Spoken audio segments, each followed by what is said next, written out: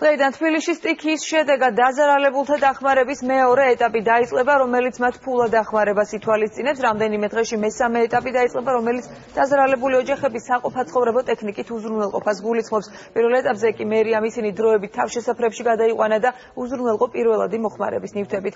როგორც მერიაში აცხადებენ, ფულად დახმარებას მერიაც გამოყოფს.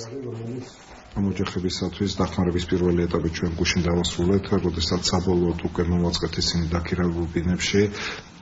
შეუძინეთ ყველა საჭირო პირველადი მოხმარების და საყოფაცხოვრებო ნივთები. დღეს გვინდა რომ ოჯახებს გადავცეთ ის ფინანსური დახმარებები, რომელიც სხვადასხვა საკმაოქმედო ორგანიზაციებმა გამოყო, კარიტასმა 500 ლარი, ღია საზოგადოება საქართველოს ასევე ოჯახებისათვის 500 ლარი გამოყო.